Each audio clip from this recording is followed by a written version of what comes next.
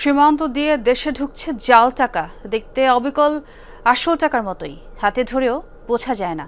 নোটগুলো আবার কচকচে নতুন নয়, দেখে মনে হবে কয়েক হাত ঘুরে আসা। এই চক্রের ফাঁদে পড়ে এরই মধ্যে নিঃস্ব হয়েছেন শেরপুরের হতদরিদ্র শাহিনা বেগম সহ অনেকেই। গেল 5 মাসে এসব জাল নোট দেশে ঢুকেছে মাদক আর প্রসাধনী চোরাচালানের রুট দিয়ে। তাই বাংলাদেশ ব্যাংকের নির্দেশনা, সীমান্ত এলাকায় যেন বড় নোটের নগদ লেনদেন না করা হয়। এ নিয়ে অনুসন্ধান করেছেন আমার সহকর্মী আখলাকুস সাফা, সঙ্গে ছিলেন হোসাইন শাহিদ ও আদিল মাহমুদ উজ্জ্বল, আর ছবি তুলেছেন লুৎফুর রহমান। বাংলাদেশের প্রথম ইমিউনিটি বুস্টার সমৃদ্ধ ফ্যান্টাস্টিক হ্যাপি এনার্জি বিস্কিট।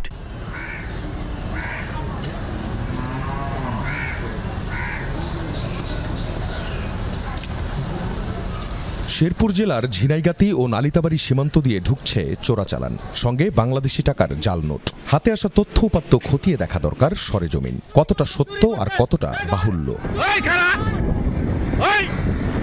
রহস্য ভেদ করতে খুঁজে বের করতে হবে দুজনকে, একজন রাসেল, অন্যজন হাসান।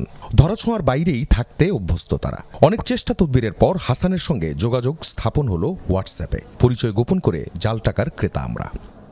যে টাকাটা তৈরি হয় ইন্ডিয়ায়, ওই মালটা যদি নিতে চান তাহলে 36,000 টাকা করে লাগে পড়বে। এটা আমাদের এখন লং টাইম আমাদের কাছে পাবেন, অল টাইম।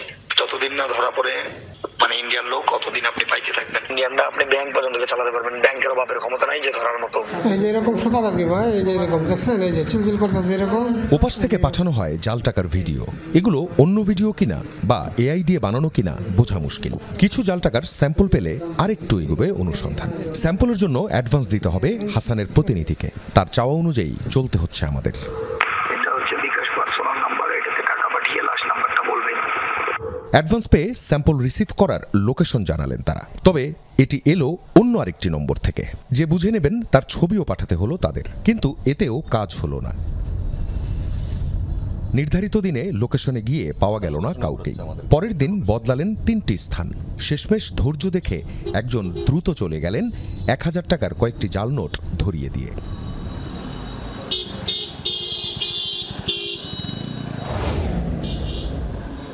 জাল নোট নতুনই হয় এমনই ধারণা সবার। হাসানের লোক যেগুলো দিয়ে গেলেন সেগুলো কিন্তু কিছুটা ব্যবহৃতই মনে হচ্ছে। দেখতে অবিকল আসল টাকা। কতজন বোঝে এগুলো জাল নাকি আসল, যাচাই করতে শেরপুরের একটি বাজারে টিম জমুন। এইখানে এই টাকাটা জাল ছিল। এটা কি বুঝার কোনো বুঝতে পারছেন আপনি? বুঝিনি, এটা 2 নম্বর টাকা। বুঝার কোনো উপায় নাই, বুঝার কোনো উপায় নাই। দেখেন কিভাবে বুঝবো? এ ধরনের নকল টাকা চেনা এখন খুব জরুরি, কারণ জাল টাকা শনাক্তের যে পরিচিত 10টি উপায় আছে তার মধ্যে এখনো পর্যন্ত সবচেয়ে স্ট্রং বলা যায় এই পরিবর্তনশীল রং। বর্ডার ক্রস করে যেই টাকাগুলো ঢুকছে সেই জাল টাকাগুলোতে এই ফিচারটাও পাওয়া যাচ্ছে। মিলছে না শুধু ইউভি ফিচার, অর্থাৎ টাকার মধ্যে বেশ কিছু রশ্মি থাকে যেগুলো শুধুমাত্র মেশিন ছাড়া ডিটেক্ট করা সম্ভব নয়। এখন প্রশ্ন হচ্ছে, এই যে পরিমাণ টাকা ঢুকেছে এর সংখ্যাটা কত? অনেকে বলেন 2.5 লাখ কোটি টাকা, কিন্তু বাস্তবে এর পরিমাণ কত কেউই জানেন না।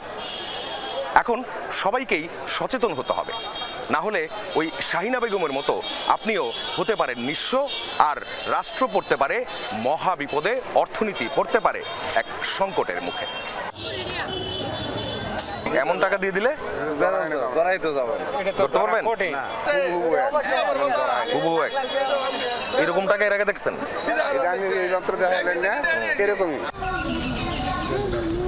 প্রিয় দর্শক, আপনাদের হয়তো মনে আছে শেরপুরের এই শাহিনা বেগমের কথা। অনেক কষ্টের টাকা জমিয়েছিলেন পোস্ট অফিসে। মেয়াদি সঞ্চয়ের টাকা তুলে জমা দিতে গিয়েছিলেন ব্যাংকে, যে নোটগুলো জাল হিসেবে চিহ্নিত করে ব্যাংক।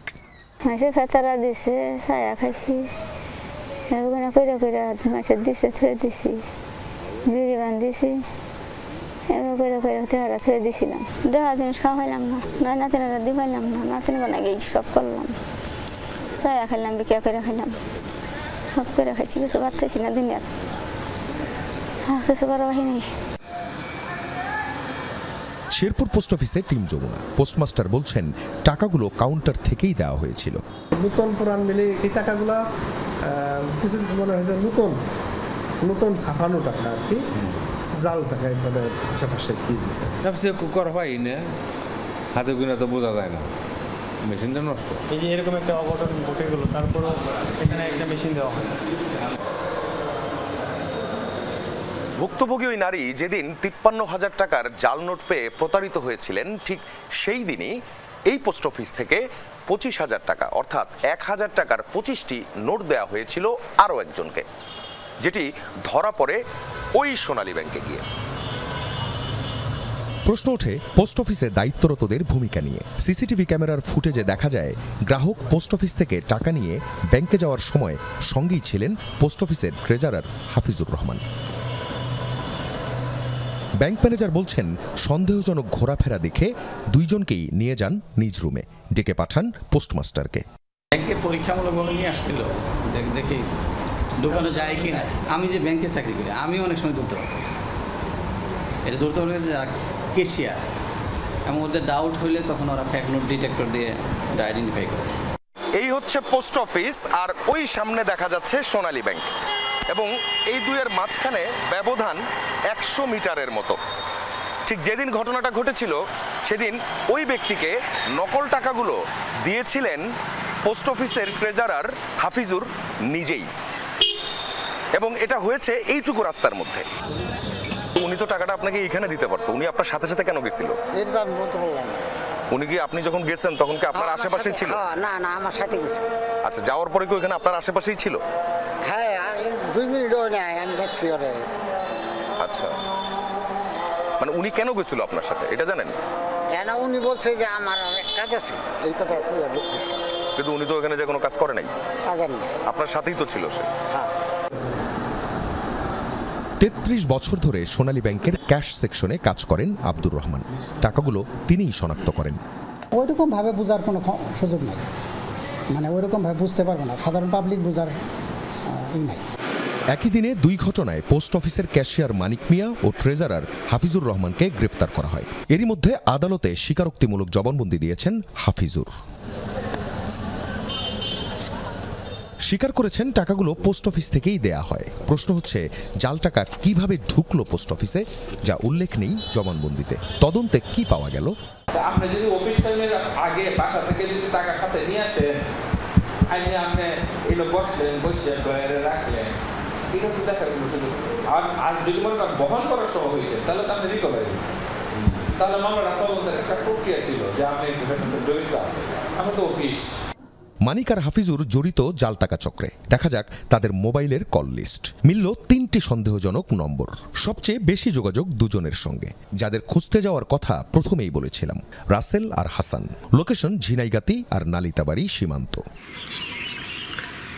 রাসেল আর হাসানের মুখোমুখি হতে না পারলেও এটা বুঝতে কষ্ট হয় না ঝিনাইগাতি সীমান্তে তাদের কারবার রমরমা। এই সীমান্ত দিয়ে মাদক, প্রসাধনী, চিনি, মশলা চোরাচালান হয় আগে থেকেই। স্থানীয়রা জানান 24-এর 5 আগস্টের পর তা আরও বেড়েছে। ওই পণ্যের সাথেই জাল টাকা সীমান্তের ওপার থেকে ঢুকছে বলে জানান সাধারণ অনেক মানুষও। ইন্ডিয়ার লোক আর বাংলাদেশে ঢুকে না, আমাদের লোকজন যে এটা নিয়ে আসে, লোক থাকে অনেক সময় তারাই পার করে দেয়। আর যদি প্রয়োজন মনে করে না আমরা ঢুকে পার করা যাবো, তখন তারা নিজেরাই ঢুকে। রোজ এটা পার করে দিন কত টাকা, 50,000 টাকা, 40,000 টাকা। আবার ওখান থেকে তো গাড়ি তুলে দিয়ে এইভাবে তারা কাজগুলো করে। কয়েকজন ভুক্তভোগী আছেন যারা এ কাজে বাধা দেয় পড়েছেন হামলার মুখে। হাসান মানে কি করে সে? দিনে রাতে 24 ঘন্টা পোলাহান মারলে যাইতেছে, পুলিশের ফোন দিলে পুলিশ কয় ঠিক আছে আইতাছি, এই আইতাছি বন্দি শেষ। ঝিনাইগাতি থানার ওসি বলছেন চোরাচালানে জাল টাকা এখনো পাননি তারা। পরে তার এলাকা দিয়ে ঢোকা সেই নোটগুলোই দেখাই তাকে। আমি কেন, যারা খুব এক্সপার্ট যারা, তাদের জন্য খুব ডিফিকাল্ট। আমি যে দেখলাম, এই যে দেখলাম, এটা কি হচ্ছে। কোন সীমান্ত বড় কথা নয়, বড় কথা হচ্ছে জাল টাকা ছড়িয়েছে দেশের বিভিন্ন জায়গায়। সম্প্রতি চট্টগ্রামে র্যাবের এক অভিযান থেকে ধরা পড়ে 20 কোটি টাকা মূল্যের দেশি বিদেশি জাল নোট। বিষয়টা নিয়ে বাংলাদেশ ব্যাংকের অবস্থানও জানতে চাই আমরা। কি করছে তারা? বড় নোট যাতে কোনোভাবেই ফিজিক্যাল ট্রানজ্যাকশন না হয়, এই ব্যাপারে এলাকার মানে বর্ডার এরিয়ার মধ্যে যাতে এই প্রচারণাটা করা হয় যে আপনারা ক্যাশলেস হন, পার্শিয়ালি হলেও ক্যাশলেস ট্রানজ্যাকশন শুরু করেন, ব্যাংকিং চ্যানেল দিয়ে বা অন্য কোনো মাধ্যমে আপনারা বড় ধরনের ট্রানজ্যাকশন করবেন। 500,000 টাকার নোটগুলো আপনারা ফিজিক্যাল ট্রানজ্যাকশন করে ফেলেন এবং কমিয়ে ফেললেই তো ওগুলি বর্ডার এরিয়া দিয়ে ওই নোটগুলি ঢোকার সম্ভাবনা অনেকাংশে কমে যাবে।